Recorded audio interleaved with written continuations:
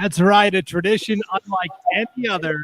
It is the Idaho State Baseball Tournament on IdahoSports.com. Now, those don't actually get started until Thursday, but we are coming at you live with our preview special tonight on IdahoSports.com. We are broadcasting live on the IdahoSports.com YouTube channel, Facebook page, as well as our Twitter account. We want to hear from all the fans tonight as we break down 5A all the way down to 1A for state baseball here in 2022.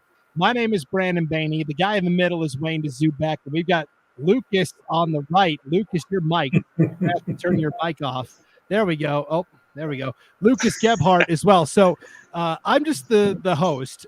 Wayne DeZubek and Lucas Gebhardt are going to be our broadcasters for the 5A state baseball tournament. And that's what we're talking about here over the next 15 minutes. So if you've got a question or a comment or a player or a team you want to shout out, you want to give a 5A shout out, all you have to do is drop it in the comments. I will start right away with our number one fan. This is Sam Buffington. He always has the first comment for every show, and Sam says, hello, everybody. Hello, Sam. It's great to have you with us tonight. Yeah, it wouldn't be a show without Sam piping in, would it? That's right. Sam lives up north where they only got one team to state. So, Wayne, you're coming to us from the Treasure Valley. Lucas, where are you at? I am in Fargo, North Dakota for work. I fly back to Boise tomorrow afternoon, and then ready to hit the ground running Thursday for this tournament. Should be a good time. Yeah, no doubt. This 5A tournament, I think, is going to be really exciting. Sam wants to give a shout out to that one team from the north that made it. Shout out to Lewiston and Cruz Hepburn. Oh, we're going to talk about Cruz in just a little bit. Sam also says, thanks, Wayne. You as well. So there you go. That's right. Okay, well, let's do it. Let's throw that bracket up on the screen.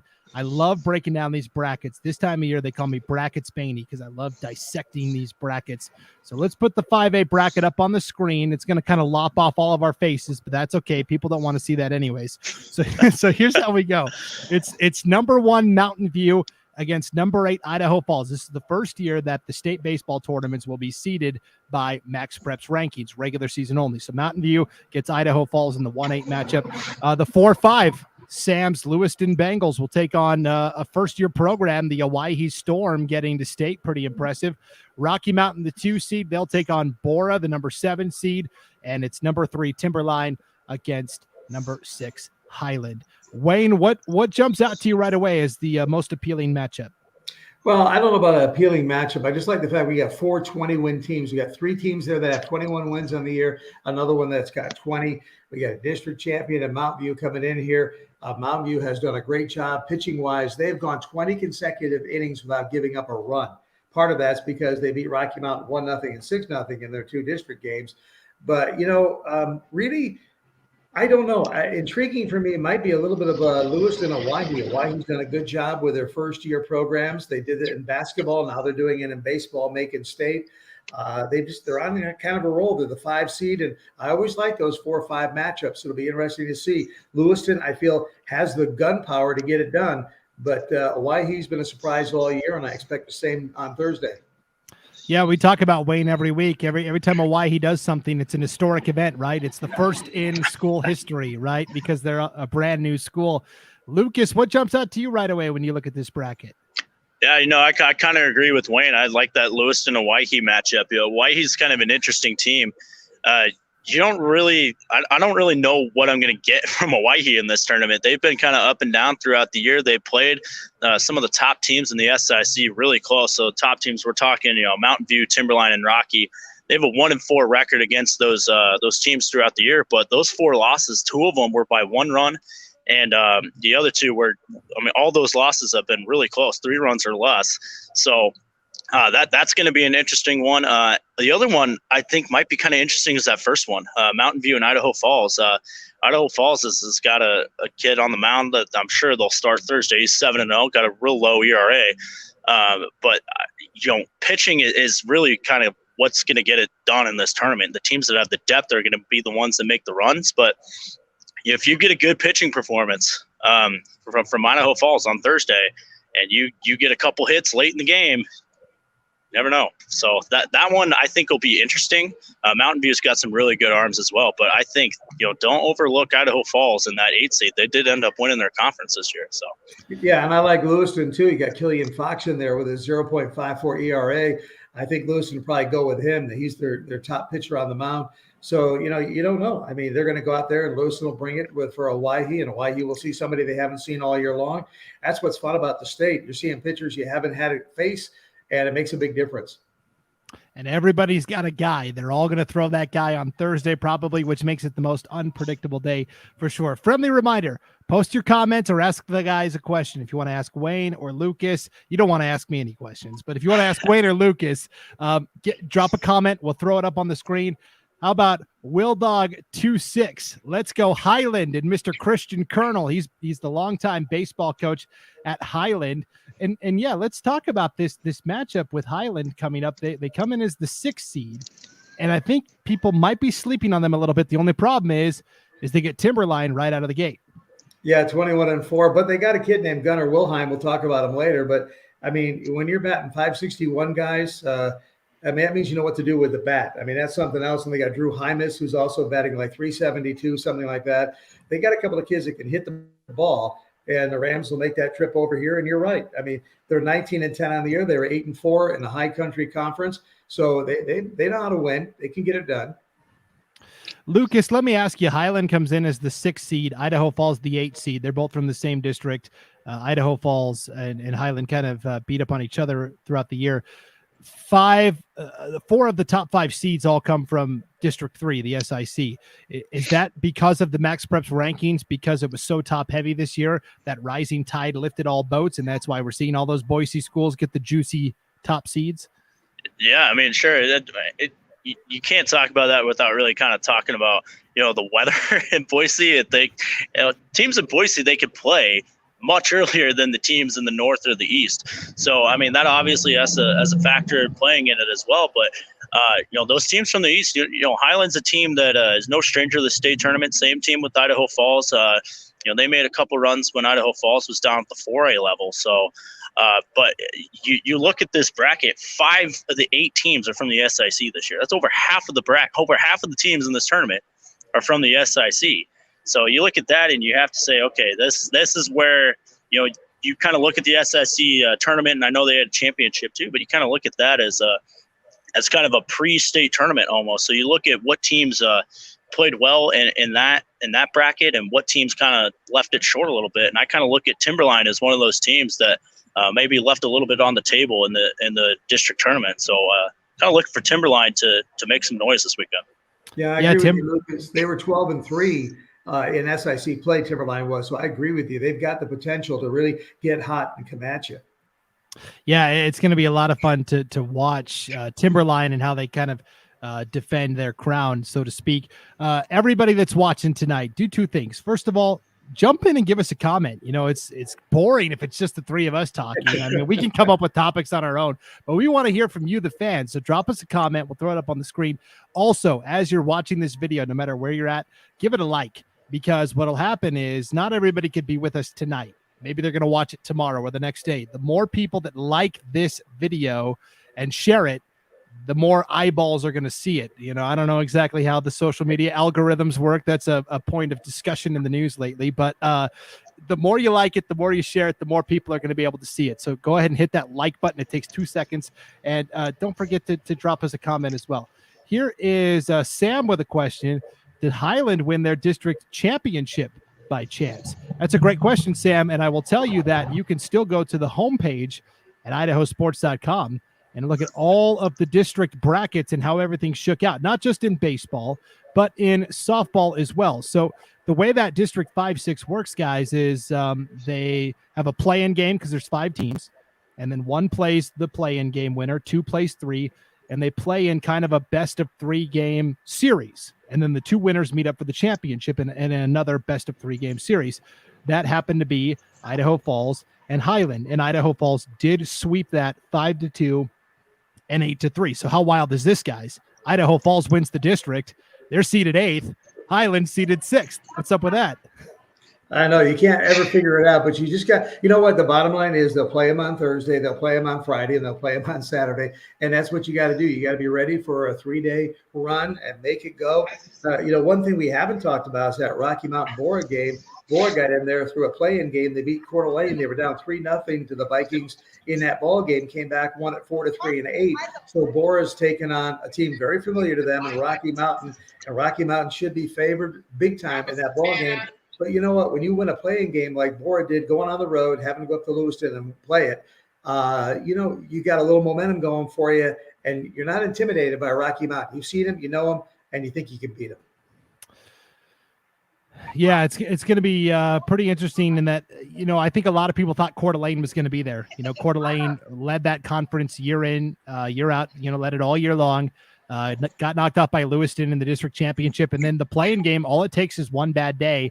And look at Bora getting there to the finish line. Here's a comment from Chad Tolman. Mound Aces Thursday, gonna be fun.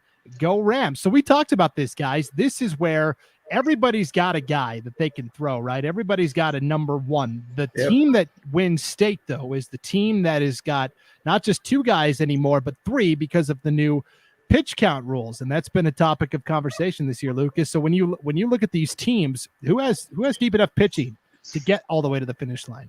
Yeah, sure.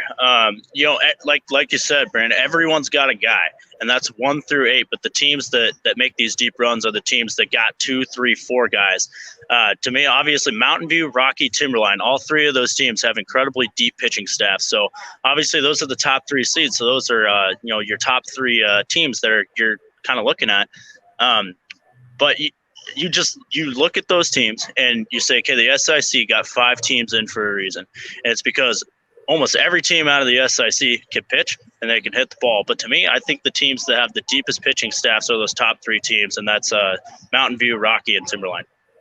Definitely. Another comment coming in here from Will Dog 26. I'm happy Idaho now uses Max Preps for rankings. How many state championships were played in the semifinals? And I agree. Now, is it perfect? No, but it's a lot better than where we were, right, Wayne? Yeah, I agree. I think it is. I mean, got a national venue there doing the rankings for us, and they keep good track of it. The nice thing about it is, if you need to know anything about the teams, you go to Max Preps, you can find it all out. The stats are there, everything's there, and you can really analyze these teams right down to the nitty gritty and figure out what they've got. So yeah, I like that fact. And like you said, it may not be perfect, but it's going to be good there. Look at Lucas. He's got fans already out there in North Dakota. He's outstanding in his field. I keep thinking Dr. Pohl's going to come up and talk to him or something. I know he's from Michigan, but you're way out there in the Midwest, buddy. I'm getting yelled at by some of my buddies who trickled their way outside. It's we're doing an event here at this conference I'm at, so they're all yelling at me. So I have to be like, "Hey, give me a couple minutes." Yeah, you mentioned Wayne top in his field. He is literally like in a field in North Dakota as well. I mean, yeah. We're glad to have him here. And I just need you to get back. I need you to get back in time for Thursday's opening pitch. For sure. And talk to United about that. So hopefully we got no delays coming back tomorrow. But We'll see. All right. Will Dog 26 kind of agrees with us. Agreed. Not perfect, but better. Talking about the Max Preps rankings. Yeah. All right.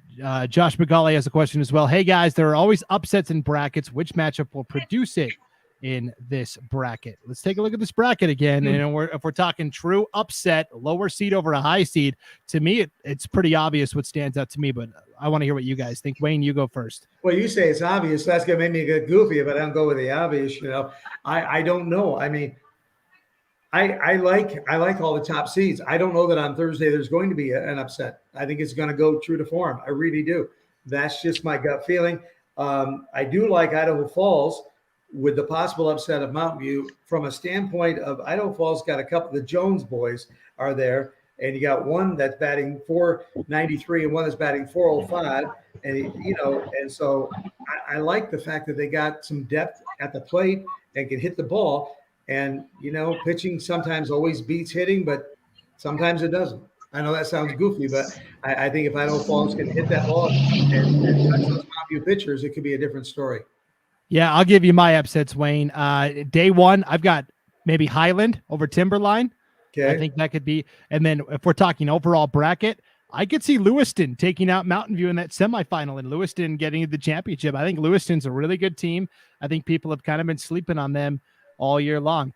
Before we duck out, guys, we're running out of time here. Let's take a look at our 5A players to watch. We picked a player from each team. And again, this is just kind of a jumping off point to recognize some of the really outstanding players that are going to be in this tournament. Ethan Gardner from Bora leads the team in almost every offensive category. Gunnar Wilhelm from Highland. Wayne, you talked about him earlier. Merritt Jones from Idaho Falls. That's that pitcher Lucas was talking about, who's a stud on the mound. He's pretty good with the stick, too. Wayne, you talked about Killian Fox from Lewiston. He's their number one pitcher. Brody Rasmussen from Mountain View's had a really nice season. Gage Hawes from Hawaii. He hit the first home run in Storm history. He's a freshman catcher. Luke Hines, awesome pitcher from Rocky Mountain, and Logan Miller of Timberline as well. Lucas, who's a player you want to highlight here? Definitely Merritt Jones. I touched on it a little bit earlier, and we were talking about some potential upsets we might see in the quarterfinals. Guys, if Idaho Falls gets 6-7 good innings out of Merritt Jones, and that game is 2-1, 3-2, heading into the 6th, 7th inning, Idaho Falls, let's say they get a big hit late in the game, that's a possible upset. That's how good Merritt Jones is. He's 7-0 on the year.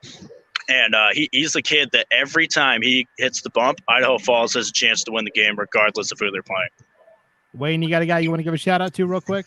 Yeah, I like Logan Miller right there, Timberline. Logan Miller batting .487. He's 37 of 76 at the bat. He's got a dozen doubles this year. But a guy that I want that's not on that list right there is Connor Marshall, the pitcher from Mountain View. He's got a 0.42 ERA, and he's a tough guy when you face him on the mound. Definitely. There was too many good players to leave off. That's for sure. Paul Kingsbury, our boss. Great to have Lucas back in the fold. And Lucas will leave on that high note there. That'll wrap up our 5A state baseball preview. Wayne DeZubak, Logan Gebhardt. I'm excited to see what you guys have in front of you with the 5A tournament. Good luck on Thursday. It'll be fun. Have a safe trip back. Definitely. Yeah, thanks. We'll see you guys Thursday. All right, sounds good, guys. All right, coming up next, our 4A preview with Scott Burton and Paul Kingsbury. Hit that like button. It's going to take 2 seconds. We're at 7 likes. Come on. Wayne and Lucas are only worth 7 likes. I know. Come on, y'all. The 5A Paul's up tournament. next. It'll get better. We'll see. Paul Kingsbury, Scott Burton coming up next here on our live state baseball preview here on IdahoSports.com.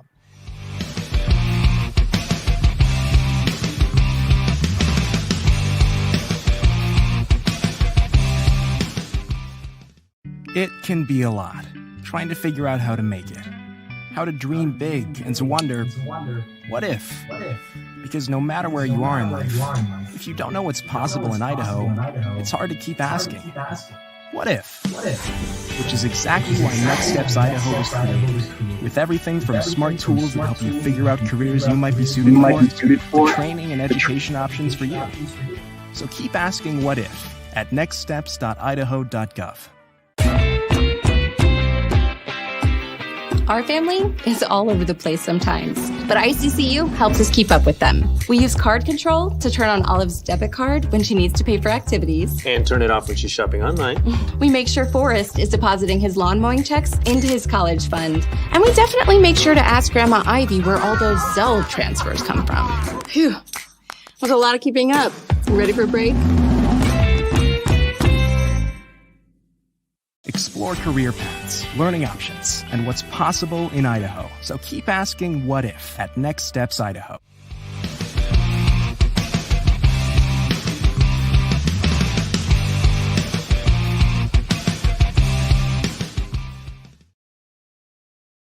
That's right. I'm the floating head known as Brandon Bainey here on this state baseball preview as we get ready now for our 4A state baseball preview here on the IdahoSports.com YouTube channel, Facebook page, and Twitter account as well. Paul Kingsbury, the American Anaconda, is with us, along with Scott Burton, the Pacific Python. Scott, where are you coming from? You're like 8-bit pixelated. Yeah, where's your internet? It's got AOL dial up there, Jerome. What's going on? You know what? I don't know what's happening right now. I can't get my mic to stand up. And I'm about to cry, but there's no crying in baseball. That's right. So I've That's got Jimmy funny. Dugan going on. Everything, just as you came on, my mic just fell off my desk. I think I had a 2.4 on the Richter here, but I think we're good now. Brandon, I'm sorry. I tried to get him ready beforehand, and We did. We actually talked and everything. It was really cool. Well, this is the kind of professional broadcast you can expect at the 4A state baseball tournament this week. You got that right. Before Yeah. we get there, I did have one residual 5A comment. I have a pledge to show every comment tonight. Eric Hansen says Luke Hines is a dude. That's the pitcher from Rocky Mountain. Gage Hawes too. That's the freshman catcher from Hawaii. So some good players at the 5A tournament. But man, I'll tell you, this 4A tournament is looking really good as well, Scott. And it seems like once again, like last year, Bishop Kelly played Columbia in the championship, and I think that's where the conversation has to start. Is those teams over in District 3. Oh, the SIC is where baseball's at. I mean, from top to bottom, Middleton, Columbia, Bishop Kelly. I mean, they beat up on each other this year. Yeah. And, you look up and down, their schedule, they literally beat up on each other. And so when you say Middleton's 1, Columbia's 3, Bishop Kelly's 2, I tell you what, all 3 of those teams have a shot at winning this. Yeah, it's going to be fascinating to watch. Let's put this 4A bracket up on the screen.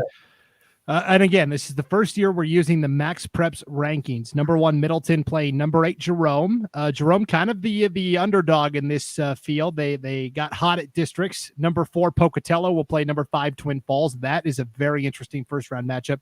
Number 3, Columbia against number 6, Bonneville. And then Bishop Kelly had to go play the play-in game. And for their efforts, they beat Blackfoot, and they're the number 2 seed, and they'll get Sandpoint, the 7 seed, the champion up top. Paul, what stands out to you when you look at this bracket? When I look at the bracket, what stands out to me is that this is pretty much the same bracket we saw last year, minus Canyon Ridge and Ridgeview. They basically, Jerome swapped for Canyon Ridge and Middleton switched for Ridgeview, and everybody else is back. Later on, when we look at our players to watch, they were all in the tournament last year, minus the Middleton and Jerome kids. So it's a bracket that's full of teams that have built programs, that they're full of a lot of experience. There's a couple of young teams on here that got in, but a lot of these teams have some really, really good veteran talent on here. Of course, Middleton, they're number 1. They lost a couple back-to-back in March, went on a 19-game win streak after that, lost in district championship. But I did a little bit of math, and all of you know my forte is not math.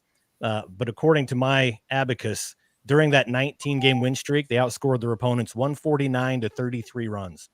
That's a lot. That's a lot. That is a lot. And you look at their pitching staff, Middleton's pitching staff, and I believe, if I'm not mistaken, their team ERA is like a 1.72. So, these guys are legit. And it starts with Orlowski, the number 1 guy for Middleton. This guy can flat out bring it. He can get into the 90s with his fastball. And so, he's constantly sitting in the upper 80s, can touch 90, 91 maybe, and he has not been beaten this year. So, you talk about having a true number 1 and having, the 3rd best batting average in the tournament. We can talk about that when we get somewhere else, but they're in the top 3 in batting average. They're number 1 in pitching, and defensively they're solid. Middleton's got the recipe this year. But you know what? You look at all of these teams and you talk to these coaches, they're all saying the same thing, and they have all figured it out. The only way you're going to win a state tournament is if you've got pitching and defense. Yeah. The hits will come because you're going to score runs on other people's mistakes. You're going to manufacture a run by getting a leadoff walk. And that's what a lot of these winning teams do, is they're not going to pound the baseball and beat you 15-4. Yeah. They're going to beat you 5-3, 2-1, whatever it is, and they're going to do it with pitching and defense. And you look up and down this bracket, the majority of these teams have exactly that. Well, and that's right. There's not a lot of power hitting from, there's a lot of power hitters, but as far as team wide, no. You look at up and down the stats, a lot of these teams have 2 home runs in the year, 3 home runs. And I think Bishop Kelly, Scott was telling me, wrote him back and said one of their weaknesses is, power hitting. Well, they've got more home runs on the season than about 3 of the teams in the bracket combined. So, it's going to be a lot of technical baseball being played. And with that comes the greater opportunity to commit errors. The more times the ball gets hit on the ground in the field, throwing errors, goes between the legs. Who knows what's going to happen, especially in Idaho, I think Lucas mentioned the weather. It's supposed to be nice. It's going to be a little windy on Thursday, Right. getting progressively better through the weekends. I mean, Scott and I plan on working on our tans quite a bit. I got my Speedo packed and my singlet. So is it the black one? Because I don't want to wear my black one if you're wearing your black one. Oh, I've got the polka dot. Okay. Got it. Okay. Yeah. So we've coordinated outfits. We're good. All right. But, All right. Well, but you talk. We digress. Talk Sorry. really quick about batting average. You know, BK, they have the second best batting average in the tournament. Yeah. You know, and you kind of have to put a little asterisk by some of this stuff, because when you were talking about, let's just say right now, Twin Falls is coming in with the best batting average in the tournament. Okay, but now look who they played. They came out of relatively weak conference, and Middleton, Columbia, and Bishop Kelly have all been seeing their aces. You know what I'm saying? So it's a little misleading, but for Middleton and BK and Columbia to come in with those high averages, seeing that kind of pitching, and some of the 5As up in the Boise Valley, you've got some pretty good teams coming out of the SIC. Yep. all right. We got a comment here from WillDog26. Well, I was going to go to a couple 4A games, and then I think he heard what you guys were going to wear, and he decided to stay away from that. Hey, we want more comments. Where are my 4A baseball fans at? I know those are some of the most passionate fans in the state of Idaho. Give a shout out to your favorite team, your favorite player. Is there a matchup you want Scott and Paul, and let's be honest, Scott, to break down? Paul just kind of mimics whatever Scott says, but is there a matchup? Is there a team? Is there an athlete you want to give a shout out to? Leave a comment, hit that like button too. Come on, we're at 10 likes. Well, yeah, I mean, with the 5As, I mean, Lucas and Wayne, I think, had 7 likes at the end of theirs. So we need to beat that. I'm going to keep track of where we're at on likes after every one. So everybody watching right now, click the like button, no matter which format you're watching on right now. Click the like button, because I think the winner gets a trip to like Buell or something. So if we can really get this, I'm looking forward to it. Yeah, I think there's a winery or something down in Buell, a couple of them. So there we go. Finally, we got some comments in here. WillDog26, I'm obligated to cheer for Pokey. Buddy's kid is a junior on that team, and WillDog was really hyping up Highland earlier as well, so he must be a Pocatello guy. Can we talk about that matchup? Let's the 4-5 matchup, Scott, to me is the most intriguing. You've got 2 district champions here, Pocatello, Twin Falls. But I think we would all agree that, like you said, their districts were not necessarily the most rigorous, and Pocatello especially had to fill their schedule with a lot of non-conference opponents. How do you view this Pocatello Twin Falls matchup? You know what? I like it. And they've already played once this year. Twin Falls beat them 5-4. And, you know, you look at this Pocatello team, and, you know, they've got some guys that can swing the bat. I mean, the Evans kid, who's just a junior, hitting 442. Gunderson, another junior, hitting over 400. And, you know, they've got some solid pitching as well. But I think that's where Twin Falls has the edge. Twin Falls will bring Otho Savage, who can flat out bring it. He is in the upper 80s, great control, tall, lanky kid. He's a tough one to hit. And if Twin gets to lead with him and they get a little run support, that's a kid that Twin is going to need, because if the Bruins are to advance in this tournament, they're going to have to get some run support, because they have 2 pitchers really. And after that, it drops quite a bit. And that's something that Twin is not really used to, because Twin has really laid the blueprint over the years for how to win state tournaments with 3 solid pitchers and just some timely hitting and manufacturing of runs. They're missing one component this year, and that's that 3rd solid starter. Now, when they played earlier this year, I don't know if Savage threw against Pocatello or not, but you can bet that Pocatello is going to see him right out of the gate. No doubt. Kenny Sanchez says, don't sleep on Twin. We're going to bring it all weekend long.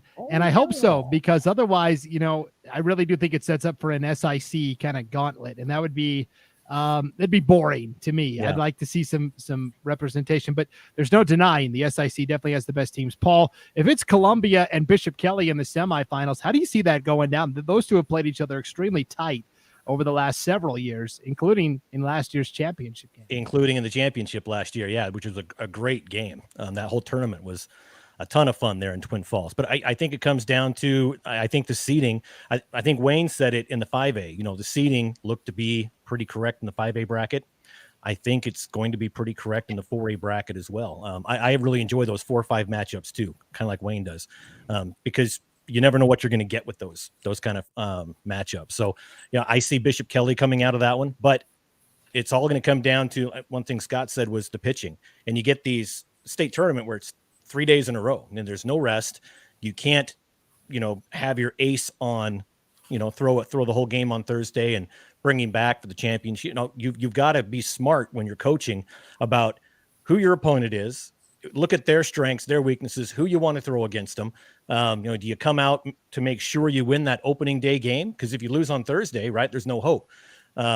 So there's a lot of stuff that goes into it, and I just really think that, you know, I'm a Columbia guy. You know, Randy Potter, the AD, we go way back. But I'm going to have to go. You know, if you're asking me, I'm going to say BK comes out on top if that's the matchup there in the semis. Boo, here come my Columbia fans. Michael Palmer, let's go Columbia. Crap, I knew I had a 50-50 to see who was listening and watching. And Tracy says, go Cats. Yeah, there's my Columbia peeps. Jeff had a question about 1A baseball. Jeff, I will tell you, stay tuned. 8 o'clock. We're going to break down that 1A bracket. So hang out for a half hour, and I will bring this question back up when we get to the 1A talk. All right, let's take a look, guys, at our 4A players to watch. And again, this is not a comprehensive list by any means. This is just a sampling of a player from each team that we want to spotlight ahead of the tournament. Here's what we've got. Caden Casagrande of Bishop Kelly. It might be the best name in the tournament, at least. Yeah. David Luce from Bonneville, Caden Kappa from Columbia, Johnny Ramsey of Jerome, Orlowski from Middleton. Scott, you already talked about him, and McCadden Evans from Pocatello as well. Augie Lehman from Sandpoint, and then Jace Malky from Twin Falls. Paul, what's a name that jumps out to you here? Well, Casagrande, obviously. We saw him play last year, and the kid is phenomenal.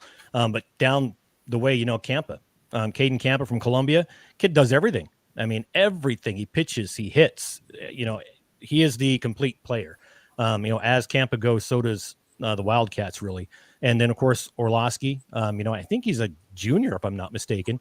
And the kid's a stud, you know, and all the way down. Every one of these kids is an all-star. And so coming into a state tournament, everything has to come together. But those particular ones, Casagrande, Campa, and Orlowski are the ones that I'm really anxious to see how they perform at a state tournament.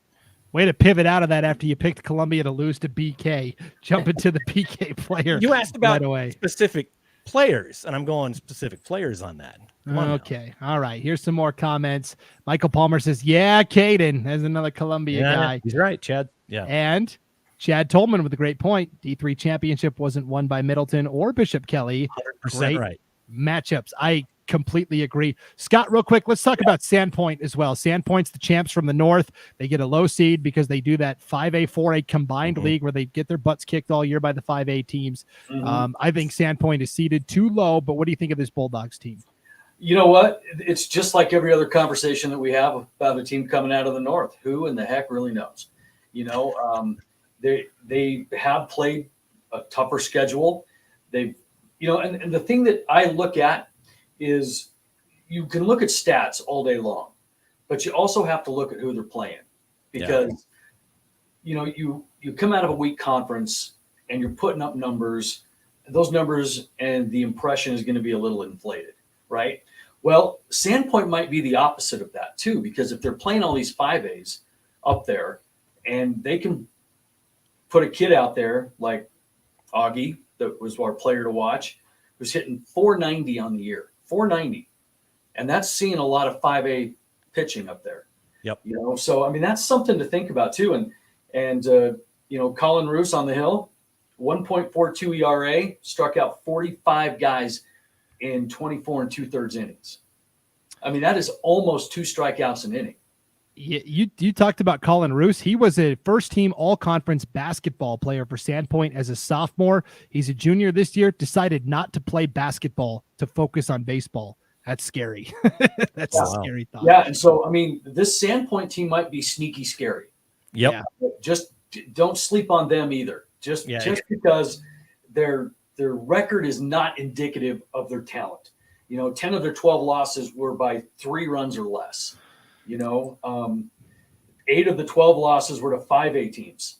So, I mean, when you look at the numbers, you've got to look at who they played. And they've got some kids that can flat out play. So I am interested to see really what this Sandpoint team does against Bishop Kelly, who might be a little angry for not winning the SIC, because that was Columbia, for all you Columbia fans out there. And I think that matchup right there has my attention, 2 versus 7. Yeah. I actually had that written down just in case Brandon asked about who do you think your dark horse is. It was Sandpoint as the number 7, because I think it's a pretty misleading, they're 10-12, 7-3. Are they? I don't think so. So that nightcap on Thursday is going to be a fun one to watch. No, yeah, it will be a fun one to call for sure. No, and well, shout out to my boy. You're going to call it. I'm going to watch it because you don't really give me a chance to talk a whole lot. I'd be remiss if I didn't give a little shout out to my Jerome Tigers too. Go ahead, give your Jerome plug, Scott. Hey, they are the underdog of the tournament. They are number 8, and they're a deserved number 8. But you know what? They are flying high right now. They don't have the solid pitching that everybody else has, but they are gritty. And if you keep them around, if you don't separate yourself from them right away, then they're going to hang around, because they have won a ton of 1-run games. So that's what if Jerome improved their internet service, I think they might have a better baseball team. Well, I can't wait to watch this back and see how I really am. We'll watch the tape for sure. Hey, if you're watching live, hit that like button. Give Paul and Scott that ego boost they need on the way out as we wrap up our 4A conversation. And don't forget, right, and don't forget to share this with all your friends and family that couldn't make it live tonight as well. All right, guys, you are on the call for the 4A state tournament. Good luck on Thursday. We're looking forward to it. Thank you. All right, thanks, Brandon.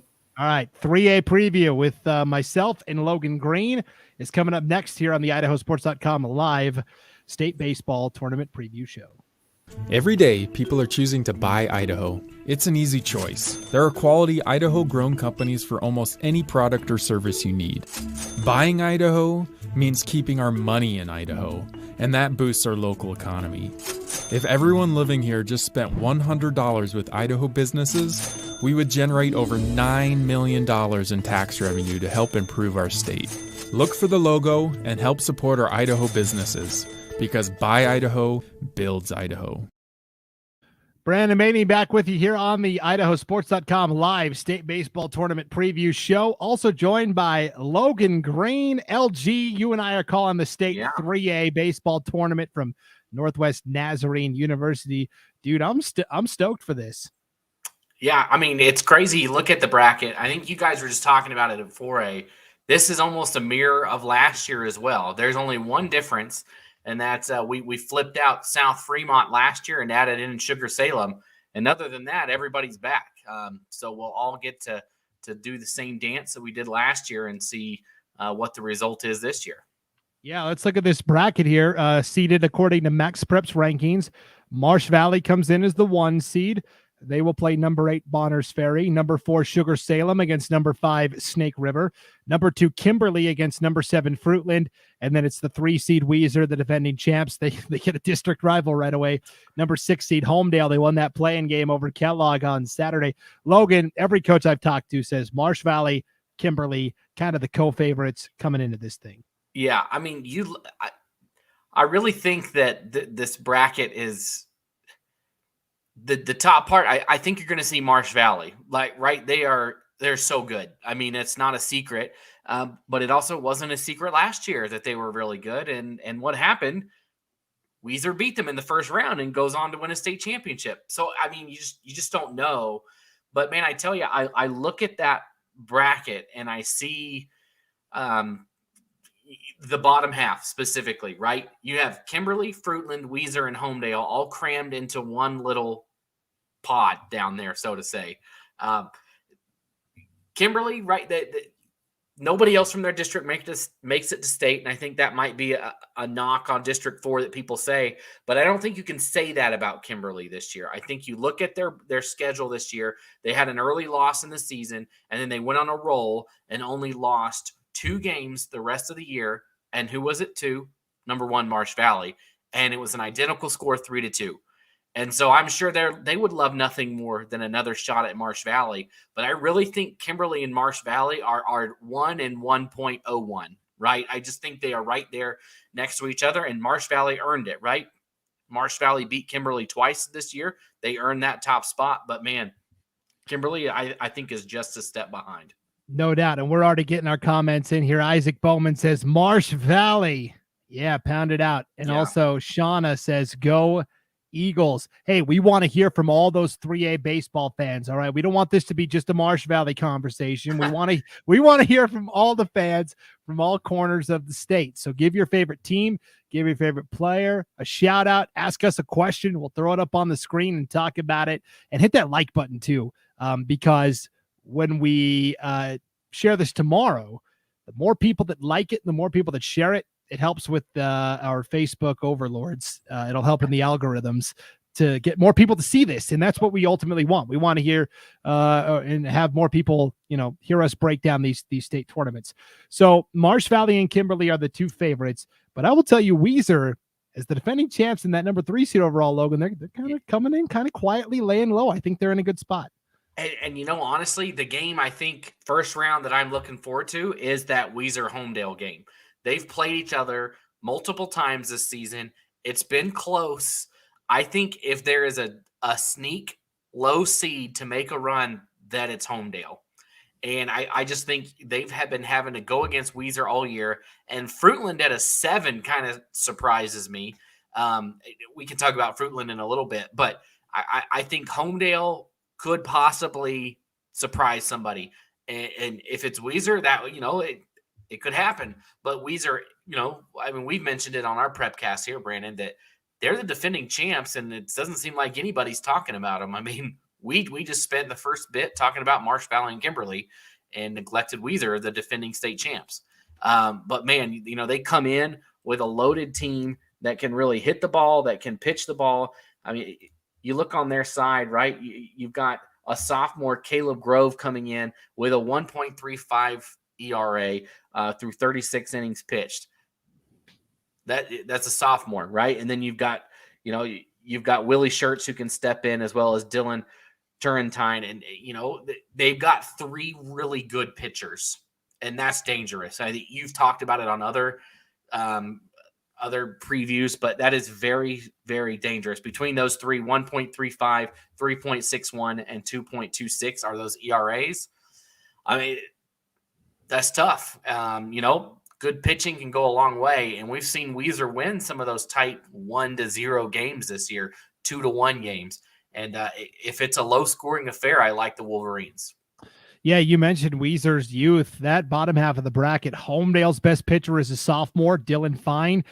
He has set the school record, at least in the 15 years that Coach Burke Deal has been the coach. He set a school record this year in lowest ERA, most strikeouts on the mound. And then Fruitland has it's almost all freshmen and sophomores. Yeah. And I talked to Coach Troy Bidwell earlier this week, and he was like, it's definitely been a work in progress, but we've kind of found our footing.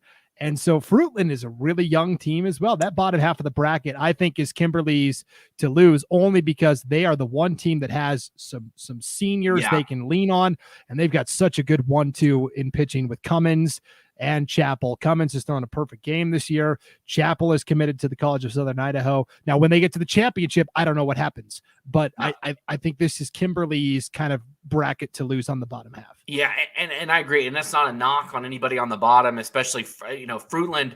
They're just so young, and maybe it goes in their favor. It traditionally it doesn't.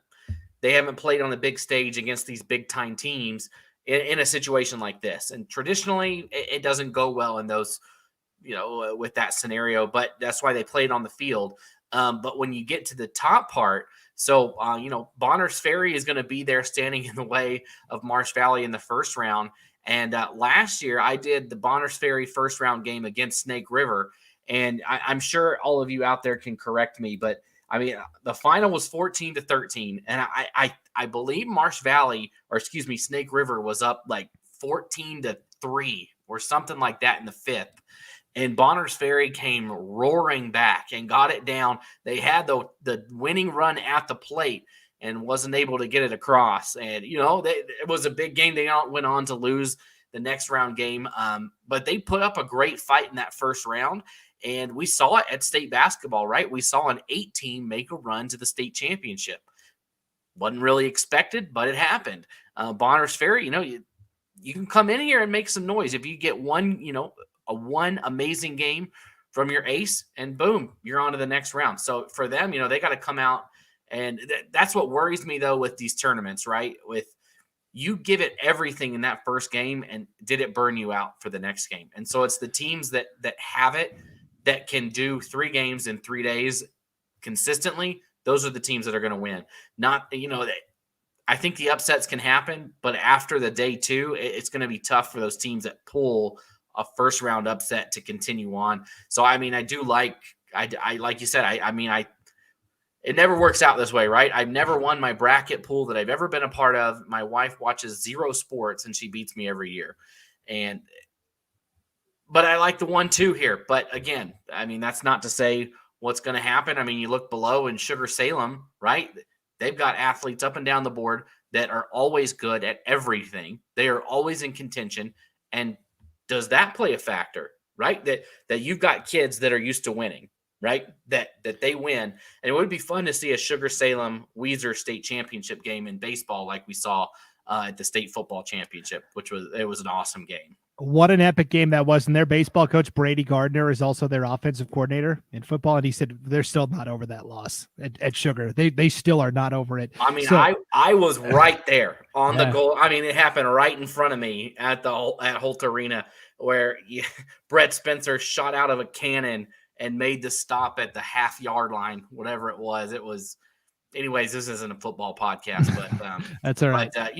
But does that play a factor? And then you got Snake River, right, coming in off of a huge emotional high to get here. Do they have momentum that nobody else really has? Having to fight and claw your way in, does that set you up a little bit more? The team that goes on a run before the tournament, do they come in with more mojo than instead of the team that just business as usual their way in? Yes, Snake River to win not 1 but 2 play-in games. Yeah, I think the more difficult one came in the first play-in game against South Fremont. Then they beat Filer last Saturday as well. At South Fremont game, Snake River had the lead in the last inning. Riker Watt is on the mound pitching, and he gives up a couple of runs, gives up a key balk that allows the go-ahead run or the tying run for South Fremont to score. Well, he's up to bat in the bottom half of the inning, drills a walk-off home run. So Riker Watt probably never has to buy another burger in Snake River ever again. And so, yeah, we'll see. Sugar, I will say, talking to their coach, Coach Gardner, their 2 best pitchers all year long, a freshman and a sophomore, Jack Gardner, his son, and James Chase, they may not be able to pitch. Chase for sure has been shut down. They both have elbow problems, and Gardner, it's kind of a coin flip. So I think Sugar Salem could be in trouble with their 2 best pitchers potentially missing out. A couple of comments here, and we want to hear more comments, and hit that like button too. We're at 17 likes. We got to at least get to 20 before me and Logan sign off. Come on. I liked it. I did my job. Let's do it. All right. Chad Tolman says Coach Kent Howell is on a redemption tour. You don't want to bet against him. That's the coach at Marsh Valley. Of course, they won state 3 years ago. Then COVID happened. Then last year they got knocked out on the walk-off home run by Weiser. They went through the American Legion season this summer, Logan, and they won not just state, but then they went up to regionals in Anchorage, Alaska, and they won the Northwest Regional as well. And that's as far as you can go for a team of Marsh Valley's size. So they're definitely the favorites coming in. All right. Here's the most important question we're going to answer tonight. Best uniforms in 3A from Will Dog 26. Best uniforms. Go, Logan. Okay, I'm going Bonners Ferry. At least in this tournament, they have the pinstripe. At least last year, and I like the dark blue with the contrast with the powder blue, so to say. So those pinstripes, they weren't red at Bonners Ferry. They're blue. They're like the navy blue. I thought they were great last year. Bonners Ferry's jerseys. The Badgers. I liked them. All right. Will Dog 26 says red pinstripes on baby blue. No, I kind of like Fruitland. Fruitland's uniforms. You can't beat orange either. And I like sugar. I like that royal blue and white. It's a good contrast. So for sure, take your pick. And here's Tim Fullwood. He's kind of agreeing with you, Logan, picking Homedale to upset Kimberly. Here's the thing. Dylan Fine is such a great pitcher for Homedale. They could knock off Kimberly in the first round. I will say this. If Kimberly gets past that first matchup, they're getting to the championship because no team's number 2 is as good as Chapel for Kimberly or Cummins, whichever way they decide to pitch it. They have 2 bona fide aces. So if Kimberly gets past the first game, they're getting to the championship. The first game may be more difficult for them than the possible semifinal, I think. But like Tim said, I mean, I really think if there is going to be an underdog, a Cinderella, a low seed come and make a run to the championship game, I think it's Homedale. I think that it's the Trojans. I just think that they've got the pieces in place that they could, that's where it'll come. Like if we see it happen, that's where it'll be. I really thought at the state basketball tournament, the same thing about Homedale. And they were very close, 2 straight games that I really thought that we were going to see a run from them. They've just been kind of on the edge as well in a lot of sports over the last couple years, have the Trojans. And, I just think that they've also got the athletes that have, been around the block and, have won big games and know what it means. So, we'll see what happens. I definitely think that, 1 and 2 is likely, but I think if we see anybody outside of that I think we'll see a Weiser or Homedale make a sneak their way in. Definitely. We're definitely running behind schedule here because our first segment went long, but Paul Kingsbury wants to know, what are your thoughts about the 3A tournament being played at Northwest Nazarene University in Nampa instead of at Treasure Valley Community College in Ontario, Oregon? If it's an Idaho event, it's got to be in Idaho. That's my opinion, right? I mean, if it's in Idaho, it should be. So that's great that it's here. Other than that, I mean, that's I don't know what else to say.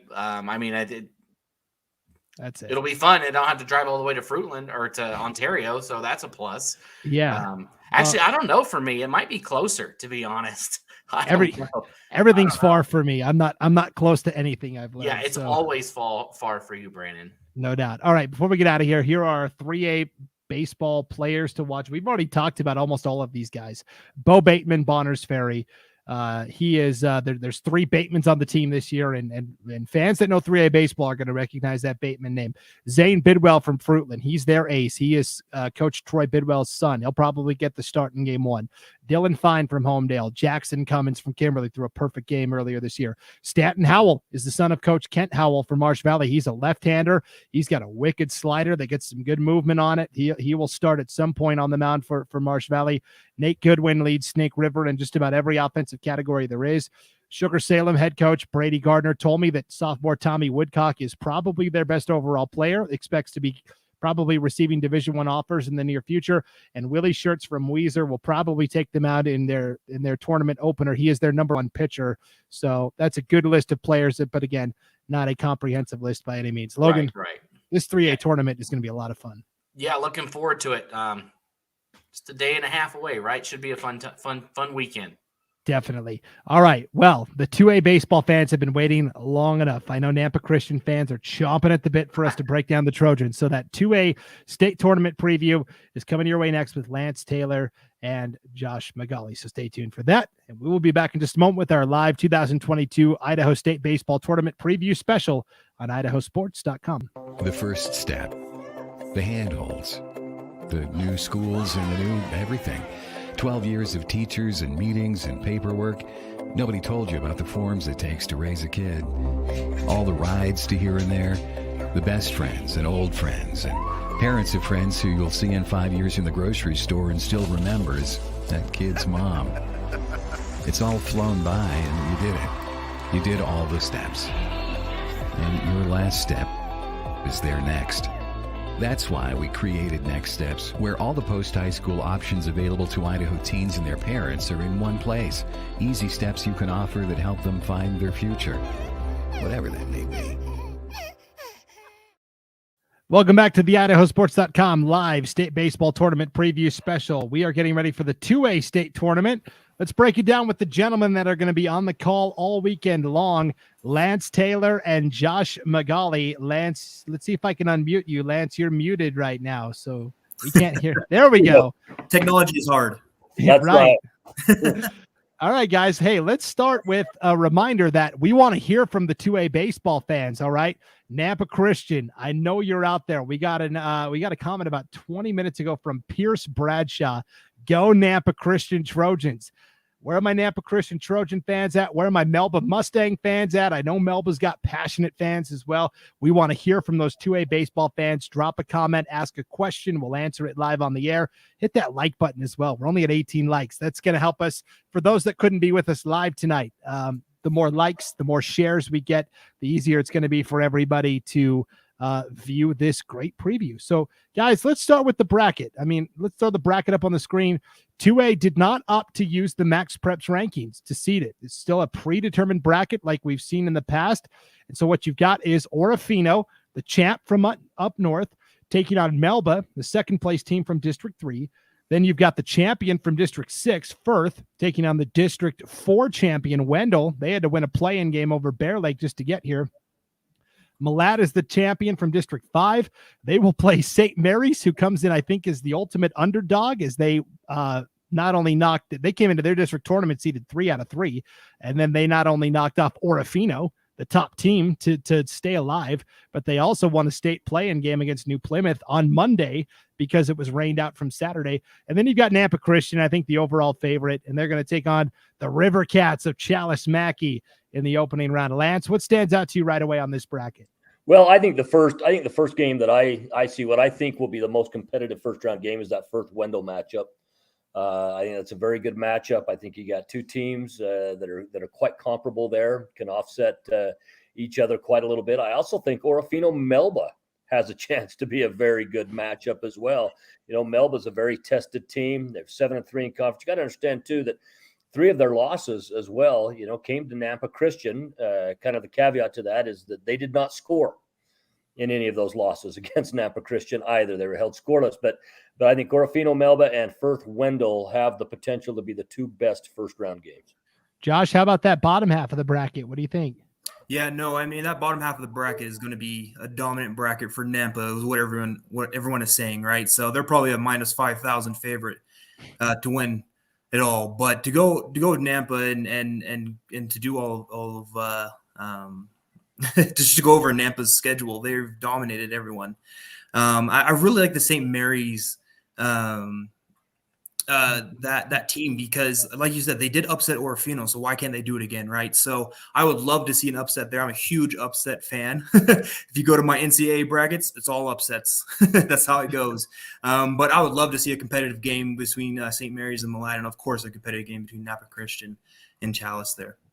Well, that's what makes that 2A bracket so interesting, guys, is everybody kind of stays in their box, right? Firth typically doesn't travel to play the teams from District 3. St. Mary's and Orofino aren't seeing anybody from District 3. Malad is kind of off doing their own thing. So it's kind of this melting pot of everybody kind of meeting up for the first time. There are some matchups where teams have already faced each other, but for the most part, it's relatively unknown. Paul Kingsbury, a New Plymouth graduate, go Grims. Oh, wait. That's right. New Plymouth lost to St. Mary's in that play-in game on Monday. Otherwise, you could have had 3 teams from District 3. Lance, Nampa Christian has, I think, the most storied baseball tradition in the entire state. They have, I don't know, 4 or 5 different guys they could throw on the mound, and they're not going to sweat it out too terribly. They're obviously a very solid offensive team. Is there anybody that can take out this Goliath from Nampa Christian? You know, it's awfully tough. Their only 2 losses on the season came to some very good 3A teams in Marsh Valley and South Fremont. They're extremely tough. Can they be beat? Yes, they can. Is it likely? No. I mean, they are that good of a team. They've won 5 of the last 6 state championships that have been played. Obviously, we don't know exactly what would have happened in 2020 had that been played too. Otherwise, they might have 6 of the last 7. They're an extremely good team. In their last 12 games, they only gave up 7 runs in their last 12 games total. And in those last 12, 8 of those were shutouts. So, I mean, they're just a very good game on both sides. They're great at the plate. They're great in the field. They're a tough team to beat. And I mean, and I don't think it's going out on a limb to say that. And again, I use this example with you all the time when we're doing the different sports, football, basketball, and that. But if I was laying money in Vegas, Well, who am I going to lay it on? I'm going to lay it on Napa Christian. Can David slay Goliath? Yeah, but Goliath is Goliath for a reason. And that's because about 99.9% of the time, Goliath kicks butt. So if I'm going to be laying cash down, which I'm not, I disclaim that. I'm not. I just use that as an example. If I was, smart money would have to say Napa Christian. For sure. Tim Fullwood says it best, I think. The 2A question is, who takes second place? And again, that's not a knock on any of the other 7 teams that are there. It's just that Napa Christian is so darn good. So Josh, if we think Napa Christian's coming out of this bottom half, who do you see emerging from that top half of the bracket? You know, I'm going to go with Wendell. Wendell is a really talented team. They have a kid there who we'll talk about later, who is going to be my player to watch. It's his name is Zach Woodward. He had a 0.95 ERA in 37 innings. And the crazy thing about this, though, he had 70 strikeouts. So of the 111 outs he had to get, he struck out 70 of them. And so that kid alone is impressive. And so if he can pitch the first night, get through Firth, if they can get through that the semifinals, I think Zach Woodward going up against Napa Christian will be their only best bet to get through that lineup and to get the championship. Lance, what do you like from that top half of the bracket? Well, I think looking at that top half, I think Melba might come out of that top half. I think Melba's a very good team. They've been tested this year, and that's a team that could very well come out of that. However, and again, I believe Napa Christian will step up and win this, but I think if there is an upset with a Napa Christian, I think it's going to happen on the bottom half of the bracket. I think, in fact, my dark horse to win this is Malad. I think Malad is coming in at a very good time right now.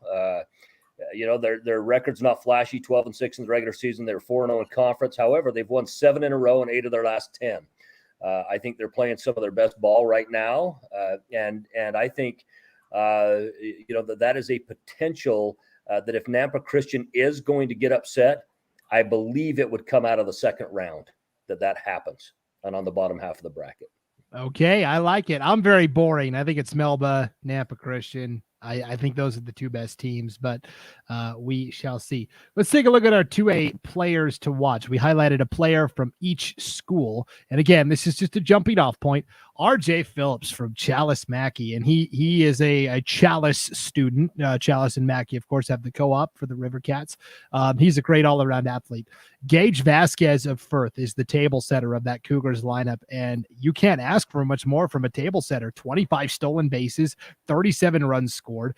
Great facilitator of the offense. Kyler Horsley from Malad, of course, the Horsley name has been in Malad athletics for a while. Trace Stimson from Melba. Kind of leads the pitching staff. He and Jeff Fahey end up pitching together a lot, and they both are outstanding. We had to pick one, so we went with Stimson. Yeah. Dane Bradshaw, Napa Christian. We could have picked any of those great pitchers they have, but Dane Bradshaw leads almost every offensive category. He's got a 534 average on the year. Nick Drobish of Orofino, and the Maniacs have had a really nice season up north. Grangeville was the defending champ, and they were kind of expected to be the favorites, and Orofino kind of came in and took that league. Dylan Larson from St. Mary's, the upstart Lumberjacks. We'll see what they can do. And Josh, you already talked about this great pitcher from Wendell, Zach Woodward. Lance, who's a player you want to highlight here? Well, I'm actually going to highlight a little bit of a group here because we talk about Napa Christian there with Bradshaw. Bradshaw, Atwood, Cheney, all of them are over 500. On batting percentage this year. Cheney's also got 12 doubles, 5 triples.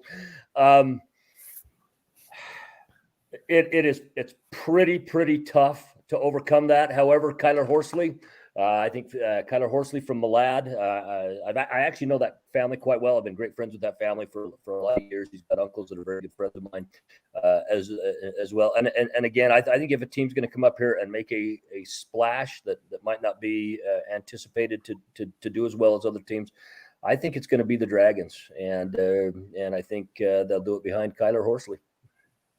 Josh, you already highlighted Zach Woodward. Pick one more player from the board here. Of course, Zach Woodward, like I talked about, is a dominant pitcher. But how about Dane Bradshaw? He has a 50% chance every single time he goes to the plate to hit a single or to get on base. That is impressive. How about going through high school and say, yeah, I got on base. I can hit the ball 50% of the time. That's pretty impressive. So I'm going Dane Bradshaw. If he can continue to be dominant for Nampa Christian, as long as everyone else on that team, they're gonna continue just rolling through this tournament. But yeah, I love Dane Bradshaw and what he's done for this team. Yeah, I'll mention a couple of guys from District 6 real quick. RJ Phelps from Chalice Mackey, 6 home runs. That's nothing to sneeze at in 2A baseball. And also I talked about Gage Vasquez for Firth, kind of that table setter of the offense. Such a great versatile athlete. It's all these athletes we've seen in basketball and football for Firth, right? Park and Vasquez, and it's all the names we're familiar with. So this 2A bracket, I think, may not have some of the drama that the other brackets do, but I think there's still going to be some individual outstanding teams and individual performances as well. It should be a fun tournament, guys. Agreed. Yeah, we're really excited. Really excited. Yeah, we're looking forward to Lance Taylor and Josh McGauley on the call for all of your 2A state baseball action coming up this weekend. All right, we are going to take a break, and we'll come back and preview the 1A tournament with the Jones brothers, Gary and Glenn. So stay tuned for that. We will be back in just a moment on the 2022 State Baseball Tournament Preview Live Special here on IdahoSports.com.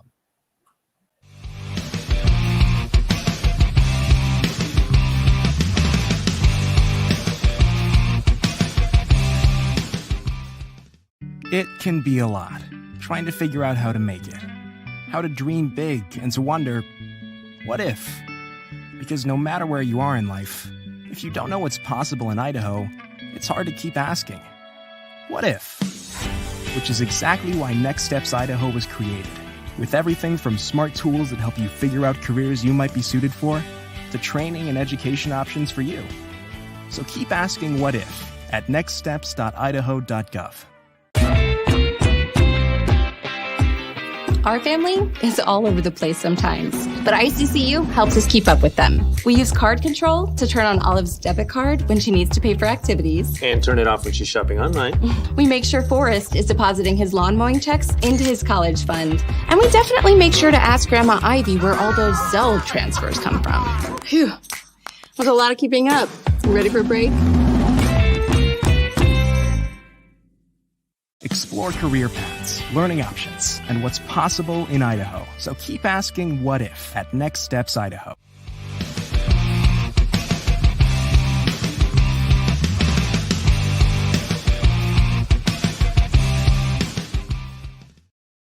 One final classification to preview here on our 2022 state baseball tournament preview special for the state of Idaho. I'm Brandon Bainey. Let's talk 1A baseball with the Jones brothers, Glenn Jones, Gary Jones. Gary, you're already a point ahead of Glenn because you figured out how to unmute your mic.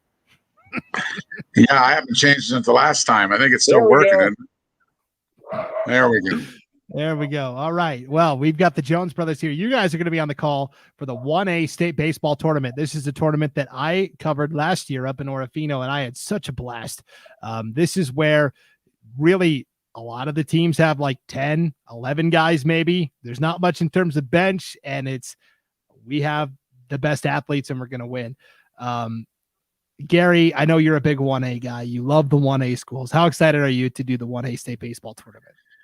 Hey, I was tickled pink when I saw the one I was going to get again, because they just love their town's identity, basically, and so they're loved by all. Like, my wife's in my little town council, so it seems like all the town comes to these tournaments, and I always wonder who's watching the bank back at home. That's right. Let's go ahead and put the bracket up on the screen. Before we do that, though, hey, all my 1A people out there, drop a comment, give your favorite team, give your favorite player, give your favorite coach a shout out. If you have a question for the Jones brothers, hop on and ask it. We want to hear from those fans. And come on, we're at 18 likes. If I don't get to 20 likes, I don't get paid, guys. This is how I get paid. So we gotta get at least 2 more likes in here. If you're sitting here watching it, just hit that like button super quick. It's going to take 2 seconds, and that's going to help us with the algorithms and all that social media stuff. So, all right, let's put this bracket up on the screen, the 1A bracket. First time in a while we've gone to a full 8-team bracket in years past, because there's only the 2 districts, right? District 2 and District 3. Typically, they've just taken 6. We'll take the top 3 from each district, and we'll give those district champs a bye. No longer the case. We're going to take 4 from each side, and it's pretty straightforward.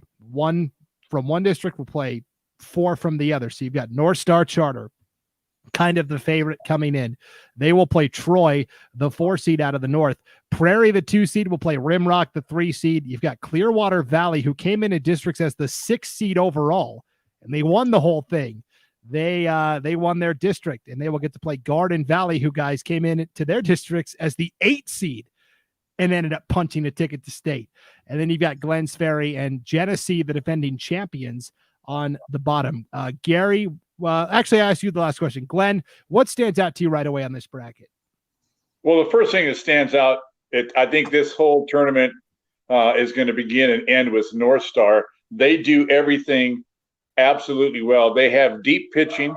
They have hitters galore, top to bottom. They have 8 guys on their team with a 321 batting average or greater. They have 9 guys that have scored 20 runs or more during the season. They have 9 guys, double digits RBIs. On paper, these guys they should be in the championship game, and on paper, they should win it. I really think they have the easiest track to the championship game, drawing Troy and then the winner of Prairie and Rimrock. I think they're going to punch their ticket to the championship game and go all the way. Yeah, Jeff Raniker came in with a question earlier, and Jeff, I hope you hung around for our 1A talk. He said, what are your thoughts on 1A? I believe North Star Charter has only played 2 seasons and is district champion, I think, both seasons. Does this happen often? Well, first of all, Jeff, you are correct. This is the second year that North Star Charter has a baseball program. They won districts both years. Kind of the same story last year, guys. They were the heavy favorite coming in. They got to the championship, and then they lost to Genesee. They just didn't have their best that day. So, Gary, you're kind of a historian of sorts when it comes to this. Does this happen often where a new program takes off and has immediate success like we've seen North Star Charter have? No, I have to say that doesn't happen very often. And I don't know them good enough to know what's the reason for it. But it was like the Oahe basketball team winning state in their first season, this last 5A boys basketball, if I'm not mistaken. I thought that I was even shocked to see it then, and it's shocking now. But I agree with Glenn. North Star is the team to beat. The one thing I might mention, Potlatch is not going to be here to mess with everybody, because Potlatch has won 7 titles since 2009, and they've been a power in the 1As, but they're not here. So, and the title guys from last year, North Star and Genesee, are on opposite sides of the bracket, and they're the 2 teams that are ranked number 1 and 2 in the power ranking and the media poll. So it's setting up to be that. But baseball is a funny game, It's all about pitching. And the other thing with these little guys is the lack of depth these guys have with great athletes as compared to a 5A school where you can pick a bunch. So in a 1A school, like a 7, 8, 9 hitters, if those guys can get hot, if those guys can play well, anybody can win this thing. Yeah, I agree completely. We've got a couple of comments here. NV Muir says, why did 2A not seed with max preps? I think probably because, and again, this will tie into 1A.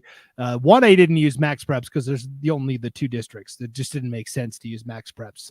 But for 2A specifically, I'll answer your question. I think for 2A, they probably said, well, 5 of the 8 are going to be district champions, and we want to give those champions still the respect they deserve and try and put them into higher seeded situations. And so I think that's what happened there. Okay, Gary, you mentioned Potlatch has kind of been the dominant force in 1A baseball, and I'll extend that to say that the White Pine League up north in District 2 has dominated this thing. I had a very good source from Potlatch last year tell me that I believe since 2001 or 02, when this current 1A split happened, that the White Pine League has won every single year. District 3 has never won a baseball championship It's always the White Pine League. Is this the year that ends? Yes. I put that in a nutshell. Yes, because I'm shocked. District 3 has an advantage in spring sports in all of Idaho because of the weather.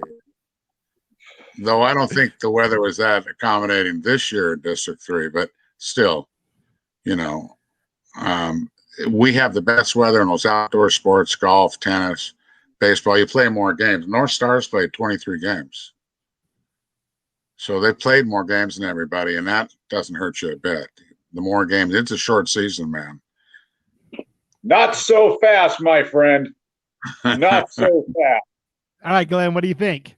Yeah, well, here's my pick. I think Genesee is very lucky that they're not in the upper bracket and more than likely would play North Star in the second game. You look at three guys on Genesee, Teak Wareham, Nate Gunnard, and Jack Johnson. If you take all three of these guys as pitchers and add their ERAs together, it's under 2.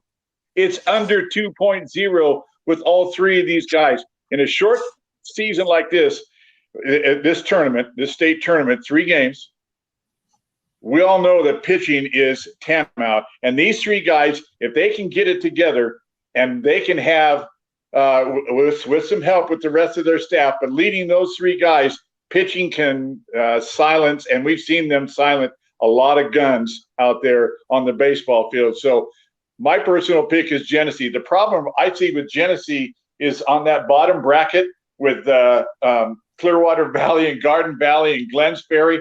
Those are offensive juggernauts. And can any pitching staff out of the lower bracket come into the championship game with a survivable scenario staring at them in the face? That's what I see out of the bottom bracket. Both those games in the bottom brackets, I think, are just going to be barn burners, and I think they could be double-digit scoring. Both games, both teams. I think it could come down to some coaching moves and some critical pitching late in the game. So not so fast on North Star, although I'm buying in on North Star with all the players they have. Watch out for Genesee and their pitching staff. Definitely. We've got a comment in here from Heidi Van Dyke. Let's go Wolverines, Garden Valley. Now, they came into their districts as the number 8 seed. And the reason why is because this is the first year they've had baseball in some time. And I think they've had baseball in the past. I'm still new to Idaho, so I don't know my history as well as you guys. But Garden Valley, first time they've had baseball in a while. In fact, last year, Garden Valley had several players that ended up playing with Horseshoe Bend. And Horseshoe Bend got to state, and they kind of picked up a couple of moonlighters that had golfed for Garden Valley that were stud basketball players from that juggernaut basketball team, Josh Gillespie and Covey Kelly.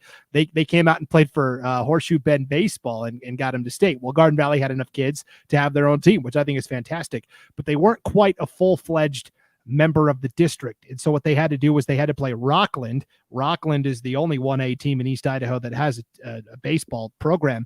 So they had to play Rockland in a play-in game at districts, and then that team automatically got the 8 seed. But from there, Garden Valley earned their spot. And at this point, I think they're kind of playing with house money.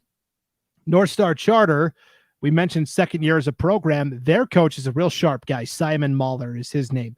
And he started this program from scratch because he's got a son that's younger that he is kind of coaching in Little League Baseball. And, you know, he looked at all these 5A and 4A programs in Meridian and Eagle and all the great players that get cut every year from those big 5A programs.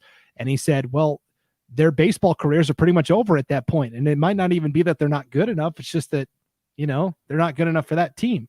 So he said, why can't we have somewhere for those athletes to maybe consider going and playing instead of trying to go to the big school? And North Star Charter, the other thing it has going for them is they are the top ranked, pretty consistently the top ranked academic school in the state of Idaho year in, year out. So the academic portion is a big part of it as well. But like I said, they got to the championship last year and couldn't quite finish the deal. Last year at state, Genesee came into districts as the 5 seed overall, got hot, won districts, and rolled to the title. And I guess by that logic, guys, this year, I'd have to say Clearwater Valley is my favorite. They came into districts as the 6th seed, got hot, won the whole thing, and now here they are with a decent setup. What do you think? Yeah, I Gary? totally agree. Excuse me, Gary. Go ahead. Go ahead, Gary. My sleeper would be Glenn's Ferry. They have a kid named Nick Hernandez batting 667, Chafin batting 400. That's not even their RBI leader. That's Martinez.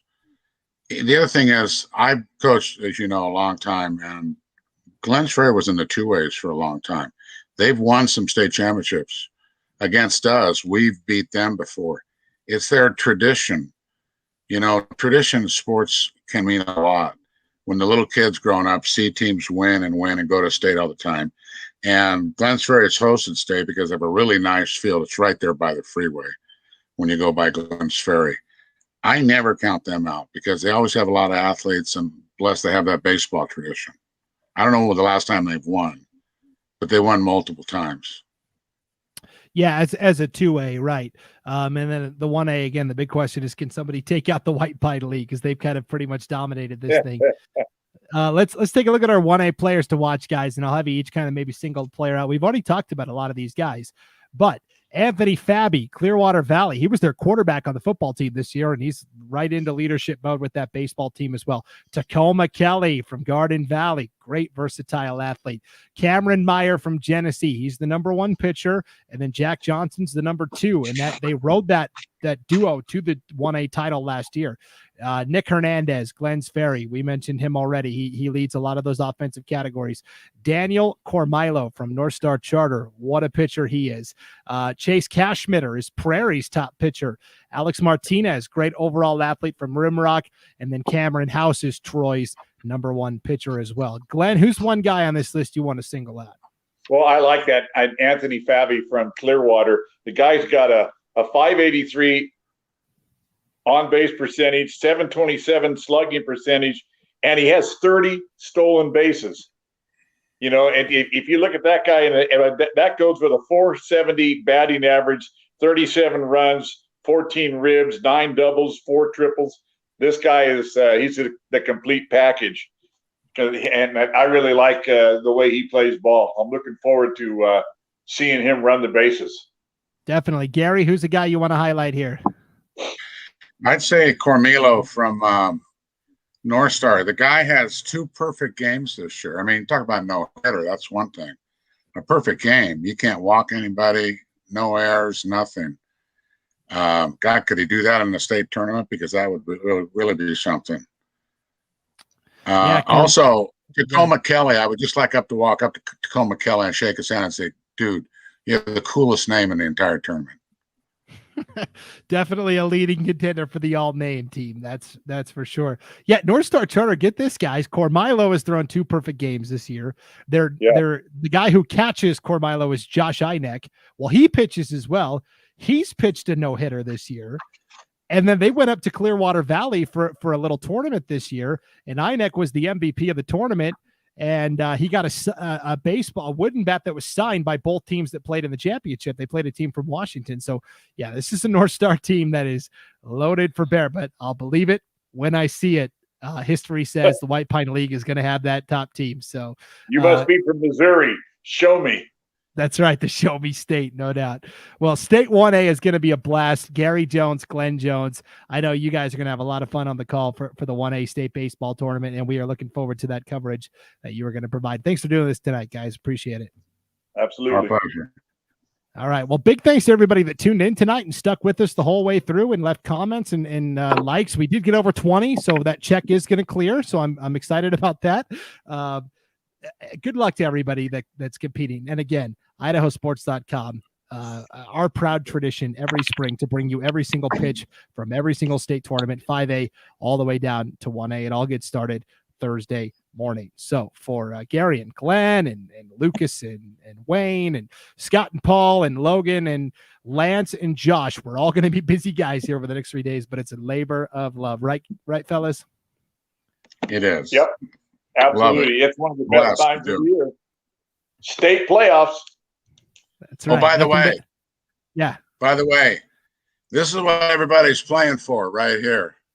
Oh, I wonder when that card was going to come out. This is my state championship ring from 1994. There she blows. This is what everybody's going for, one of these babies. Coach of the year, 1994, right? That's right. It was a blessed day, May 21st. I can still remember the number day. I'm not that old yet. Oh, well, Gary, hopefully a few more can join the ranks of the elite like you did. And good luck to all the teams that are competing this weekend. It's going to be a blast. IdahoSports.com is going to be the place to be for all of your state baseball coverage. All right. Until then, it's almost my bedtime, guys, so I got to go.